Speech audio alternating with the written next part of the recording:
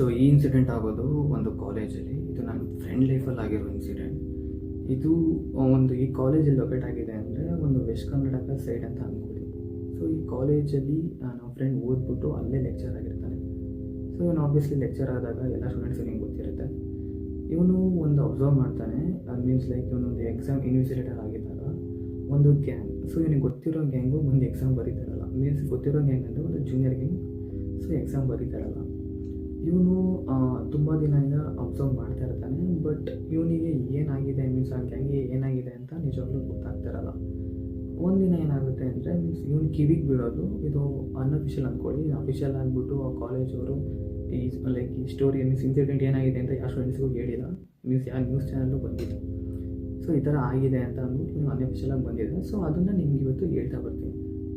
ಇದು ಯಾರು ಒಂದು ಗ್ಯಾಂಗಲ್ಲಿ ಯಾರನ್ನು ಮೆಂಬರ್ಸ್ ಅಂದರೆ ಮೀನ್ಸ್ ಯಾರ್ಯಾರು ಇರ್ತಾರೆ ಅಂತ ಅಂದರೆ ಒಂದು 3 ಬಾಯ್ಸ್ 1 ಗರ್ಲ್, ಇವರು 4 ಜನನು ಮಲಯಾಳೀಸ್, ಮೀನ್ಸ್ ಕೇರಳದವರು. ಸೊ ಬಂದು ಲೈಕ್ ಚೆನ್ನಾಗಿ ಕ್ಲೋಸ್ ಆಗಿರ್ತಾರೆ. 4 ಜನ ಲೈಕ್ ಒಂಥರ ಒಳ್ಳೆ ಒಂದು ಗ್ಯಾಂಗ್. ಇವರು ಮೀನ್ಸ್ ಫಸ್ಟ್ ಇಯರಿಂದನೂ ಅದೇ ಕಾಲೇಜಲ್ಲಿ ಓದ್ತಾ ಇರ್ತಾರೆ. ಒಂದಿನ ಏನಾಗುತ್ತೆ ಅಂದರೆ ಒಂದು ಒಳ್ಳೆ ಪಾರ್ಟಿ ಮಾಡಿಕೊಂಡು ಸ್ವಲ್ಪ ಹೈಯಾಗಿರ್ತಾರೆ. ಆ ಗ್ಯಾಂಗಲ್ಲಿ ಒಂದು ಹುಡುಗ ಏನು ಮಾಡ್ತಾನೆ, ಹುಡುಗಿಗೆ ಲೈಕ್ ಪುಷ್ ಮಾಡ್ತಾನೆ. ಪುಷ್ ಮಾಡಿದಾಗ ಅವಳು ಬಿದ್ದುಬಿಟ್ಟು ಲೈಕ್ ಅಲ್ಲೇ ಡೆತ್ ಆಗ್ತಾಳೆ. ಸೊ ಇವರಿಗೆ ಗೊತ್ತಾಗಿರಲ್ಲ ಡೆತ್ ಆಗಿರೋದು, ಬಟ್ ಡೆತ್ ಆಗಿದ್ದಾರೆ. ಡೆತ್ ಆಗಾದ್ಮೇಲೆ ಆ ಹುಡುಗನ ಒಂದು ಲೈಕ್ ಆ ಲೊಕೇಶನಲ್ಲಿ ಒಂದು ಹಾಸ್ಪಿಟಲ್ ಗೊತ್ತಿರುತ್ತೆ. ಮೇನಾಗಿ ಅಲ್ಲಿ ಒಂದು ಡಾಕ್ಟರ್ ಕೂಡ ಪರಿಚಯ ಇರ್ತಾರೆ. ಅಲ್ಲಿ ಹೋಗ್ಬಿಟ್ಟು ತೋರಿಸಿದಾಗ ಇವರಿಗೆ ಈ ಮ್ಯಾಟರ್ ಎಲ್ಲ ಗೊತ್ತಾಗುತ್ತೆ.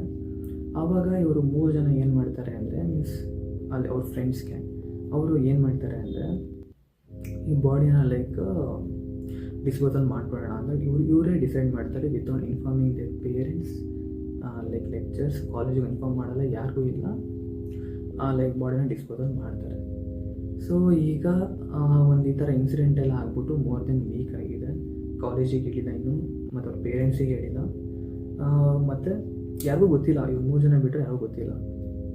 ಬಟ್ ಈಗ ಇಂಟರ್ನಲ್ ಸ್ಟಾರ್ಟ್ ಆಗಿದೆ. ಅದು ಹೇಳಿದ್ನಲ್ಲ, ಮೀನ್ಸ್ ನನ್ನ ಫ್ರೆಂಡಿಗೆ ಡೌಟ್ ಬರ್ತಾಯಿದೆ. ಮೀನ್ಸ್ ಅವ್ರ ಗ್ಯಾಂಗ್ ಎಲ್ಲಿದೆ, ಏನಕ್ಕೆ ಎಕ್ಸಾಮ್ ಬರೆಯೋಕ್ಕೆ ಬರ್ತಾಯಿಲ್ಲ ಅಂತ ಇವ್ರಿಗೆ ಡೌಟ್ ಆಗಿದೆ. ಮೀನ್ಸ್ ಗ್ಯಾಂಗಲ್ಲಿ 4 ಜನನೂ ಕೂಡ ಎಕ್ಸಾಮ್ ಬರೆಯೋಕ್ಕೆ ಬರ್ತಾ ಇರಲಿಲ್ಲ. ಸೊ ಅದಕ್ಕೆ ನಮ್ಮ ಫ್ರೆಂಡಿಗೆ ಲೈಕ್ ಏನಾಗಿದೆ ಅವರಿಗೆ, ಇನ್ನು ಯಾಕೆ ಎಕ್ಸಾಮ್ ಅಟೆಂಡ್ ಮಾಡೋಕ್ಕೆ ಯಾಕೆ ಬರ್ತಾಯಿಲ್ಲ ಅಂತ ಅವನಿಗೊಂದು ಚಿಂತೆ ಬರುತ್ತೆ.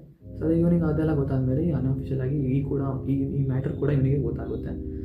ಸೊ ಗೊತ್ತಾದಮೇಲೆ ಏನಾಗುತ್ತೆ ಅಂದರೆ ಕಾಲೇಜವರು ಇವ್ರು ಇರ್ತಾರಲ್ಲ ಲೈಕ್ ಆ ಗರ್ಲ್ ಪೇರೆಂಟ್ಸ್ ಅವರಿಗೆ ಒಂದು ಫೋನ್ ಹಾಕ್ತಾರೆ.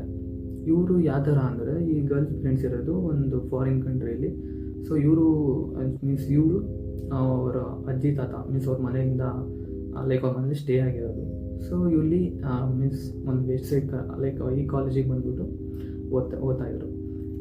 ಸೊ ಈಗ ಪೇರೆಂಟ್ಸಿಗೆ ಫೋನ್ ಮಾಡ್ತಾರೆ.